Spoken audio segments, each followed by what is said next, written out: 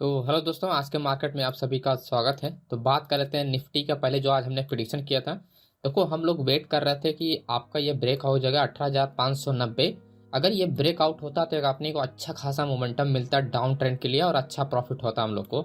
लेकिन हम लोगों ने मॉर्निंग में एक अपने छोटा सा ट्रेड बनाया था स्कैल्पिंग का, ₹5 का इसमें अपन टारगेट निकाले थे। तो वो चीज़ें मैं आपको टेलीग्राम पे अपडेट किया था। जो मॉर्निंग में हमने ट्रेड अपडेट किया था वो मैं ₹5 का टारगेट मैं आपको दिखाता भी हूँ कि हमने लेवल्स का आपको बताया था। और क्लियरली मैंने आपको बताया था कि यहाँ पर अगर आप देखोगे, यहाँ पर मेंशन कर दिया था हमने कि स्ट्रॉन्ग लेवल है, इसीलिए ₹5 का टारगेट दिया है। तो स्ट्रॉन्ग लेवल इसलिए था क्योंकि अपर साइड क्या था, ये आपका ये स्ट्रॉन्ग रेजिस्टेंस लेवल था 18,660 का रेजिस्टेंस लेवल था। बट यहाँ से मार्केट रिवर्स होता है इतना कंफर्म नहीं था, बट यहाँ पर ऐसे लेवल था कि इसी वजह से हमने यहाँ पर क्या एग्जिट कर दिया।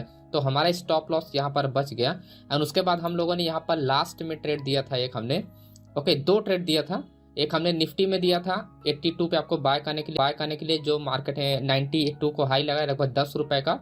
और एक हमने दिया था आपका इसमें आपका फिन निफ्टी में, जिसमें क्या हुआ कि लॉस हो गया। ठीक है, ₹8 का लॉस हुआ था फिन निफ्टी में। अगर आप देखोगे ये रहा आपका फिन निफ्टी में, हमने यहाँ पर कहा था कि पुट बाइंग करने के लिए, और लगभग ₹7 का यहाँ पर ट्रेड था। तो ₹7 लॉस हुआ, इसमें ₹10 का आपको प्रॉफिट हुआ होगा।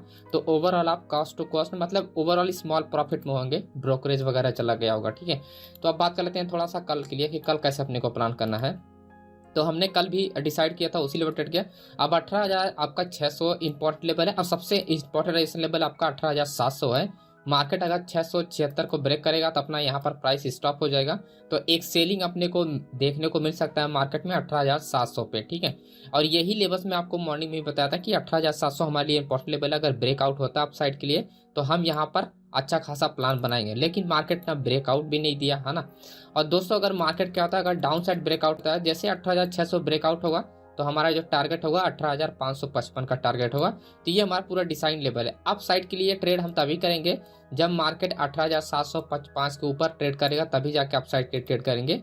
एंड तो उससे पहले हम यहाँ पर ट्रेड नहीं कर सकते। इन ब्रेकआउट पे हम कभी भी ट्रेड नहीं, अगर हमको एंट्री 18,600 पे अगर रेंज ब्रेकआउट पर अगर एंट्री अप साइड मिलता है तब हमारा यहाँ पर टारगेट होगा ये दोनों लेवल, तब को 670 या 76 या फिर आपका 18,705, ये हमारा टारगेट लेवल है। बाइंग तभी हम करेंगे जब मार्केट 18,700 के ऊपर ट्रेड करेगा। ओके दोस्तों, या तो फिर हम बाइंग के लिए प्लान कर सकते हैं 18,500 या 18,550 के बीच में, क्योंकि ये क्या कि 2 दिन का प्राइस रेंज हुआ।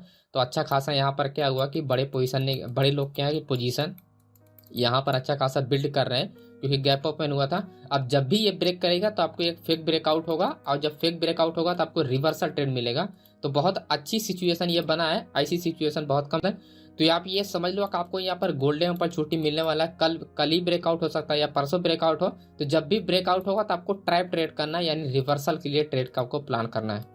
ओके दोस्तों, अब थोड़ा सा मैं आपको बता दूं कि जो मैं आपको लेवल से बता रहा हूँ ऐसा क्यों बता रहा हूँ कि क्यों क्यों ट्रेड करना है 700 के ऊपर एंड प्लस आपका 18,550 पे, क्योंकि रिवर्सल ट्रेड। अब 18,550 पे अगर आप देखोगे अच्छा खासा क्या है कि यहाँ पर क्या है कि आपका चेंज ऑफ इंटरेस्ट सबसे ज़्यादा इंक्रीज हुआ इंटरडे में।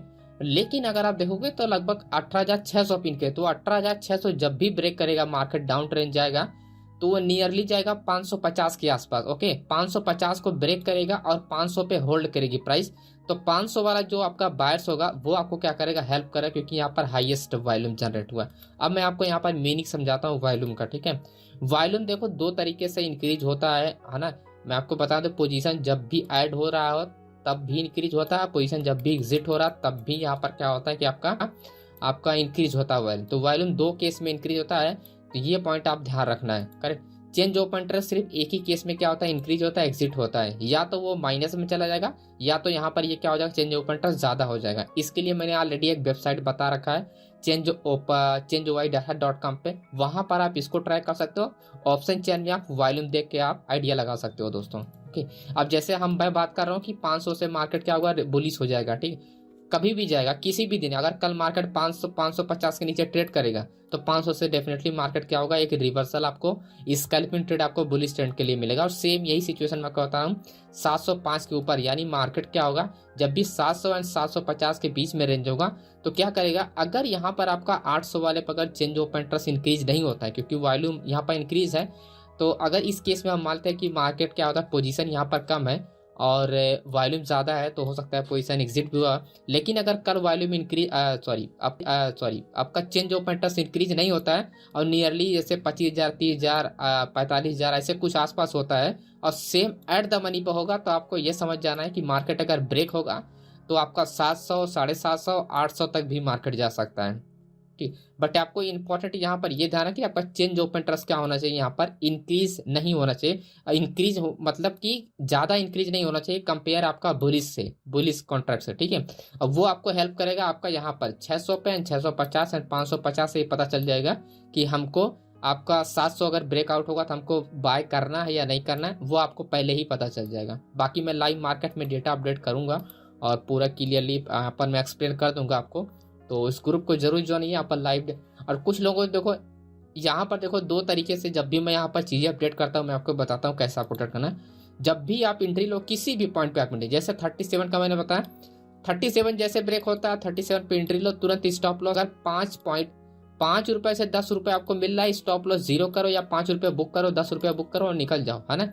अगर आपको डेली कंसिस्टेंसी प्रॉफिट करना है तो आप 5 रुपए से स्टार्ट करो, मिनिमम 5 रुपए बुक करना की स्टार्ट करो, उसके बाद मैक्सिमम बढ़ाते जाओ 10 रुपए 15 रुपए 20 रुपए जितना आप कैप्चर कर सकते हो, बट मिनिमम 5 रुपए आप कैप्चर करने की कोशिश जरूर करो दोस्तों।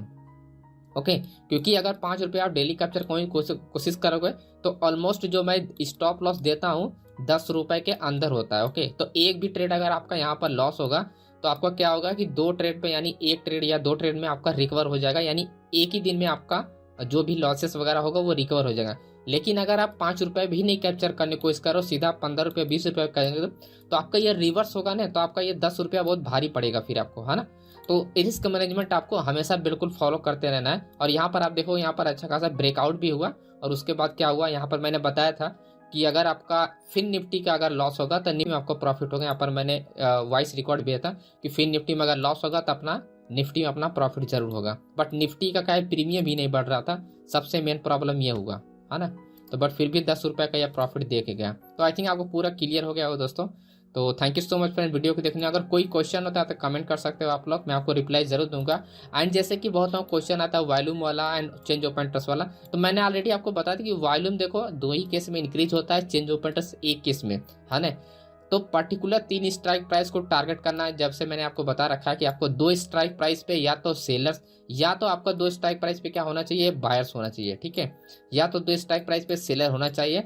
और जो तीसरी स्ट्राइक प्राइस है वो आपको डिसाइड करेगा कि आप होल्ड करोगे ट्रेड को या आप एग्जिट करोगे ट्रेड को। ये कॉन्सेप्ट मैंने आपको कल ही मैं लाइव जब आया था तो मैंने आपको बताया था, उस वीडियो को आप जरूर देखिएगा लाइव वाला, उसमें सारा डाउट आपको क्लियर हो जाएगा दोस्तों।